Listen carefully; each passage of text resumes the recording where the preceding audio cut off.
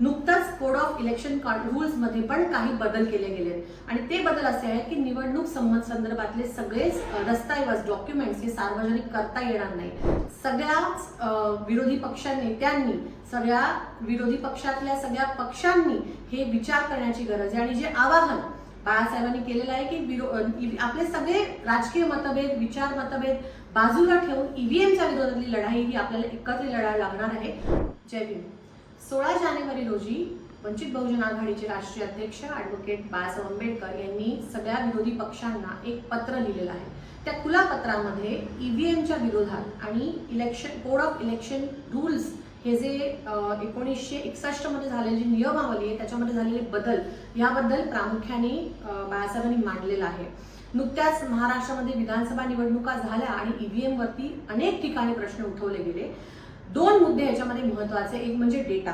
20 November रोजी निवडणूक आयोगाने इलेक्शन झाल्यानंतर 5 वाजता जी आकडेवारी सांगितली त्याच्यामध्ये असं सांगितलं गेलं की 58.22% एवढं मतदान झालंय आणि 23 नोव्हेंबरला म्हणजे मतदानाच्या एक दिवस आधी तो आकडा वाढवून सांगण्यात आला की 66.05% म्हणजे 7.5% अधिक मतदान हे तिथे जोडलं गेलं। हे फक्त मतदान टक्क्यामध्ये बघू नका, आपण जर मतांमध्ये बघितलं तर तब्बल 75,97,000 मतं इथे वाढलेली दिसतात।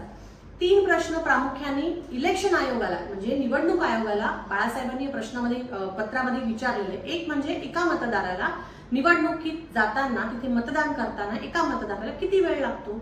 दुसरा प्रश्न त्यांनी जो विचारलाय की जिल्हा निवडणूक अधिकारी आणि रिटर्निंग ऑफिसर यांनी मतदानाच्या दिवशी संध्याकाळी 5 आणि 6च्या मध्ये जे मतदान झालं त्याची काही आकडेवारी रेकॉर्ड केलेली आहे का, असेल तर ती आकडेवारी त्यांनी जनतेपुढे ठेवावी। तिसरा एक प्रश्न जो त्या पत्रामध्ये विचारला गेलाय तो म्हणजे रिटर्निंग ऑफिसर जे असतात त्यांनी संध्याकाळी 6च्या आत जे कोणी त्या वोटिंग स्टेशनच्या आवारामध्ये आहेत त्यांना टोकन देण्याची एक पद्धत असते, ते टोकन मिळालेले लोक 6 नंतरही जाऊन मतदान करू शकतात। महाराष्ट्राच्या सगळ्या पोलिंग बूथवरती एकूण किती टोकन वाटले गेले याचा काही तपशील निवडणूक आयोग देते का, असाही प्रश्न बाळासाहेबांनी त्या पत्रामध्ये विचारलेला आहे। तुम्ही सगळ्यांनी विचार करण्याची गोष्ट आहे की फॉर्म 17 बद्दलची जी संदिग्धता आहे ज्याच्यामध्ये निवडणूक आयोग कुठलाच डेटा द्यायला तयार नाही, त्या सगळ्या प्रश्नांना घेऊन हे पत्र बाळासाहेबांनी लिहिलेलं आहे। नुकताच कोड ऑफ इलेक्शन रूल्स मध्ये पण काही बदल केले गेले आणि ते बदल असे आहेत की निवडणूक संदर्भातले सगळेच दस्तऐवज डॉक्युमेंट्स हे सार्वजनिक करता येणार नाही। त्यामुळे निवडणूक आयोगाने किंवा सरकारने हे सांगितलं पाहिजे की निवडणुकीच्या सगळ्या पारदर्शक प्रक्रियेमध्ये असं लपवण्यासारखं काय आहे।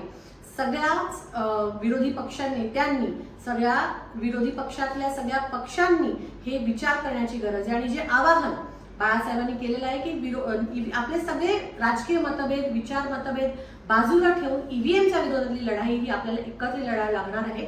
आपण बघूया की हे सगळे राजकीय पक्ष याला काय प्रतिसाद देतात। धन्यवाद। जय भीम, जय शिवराय।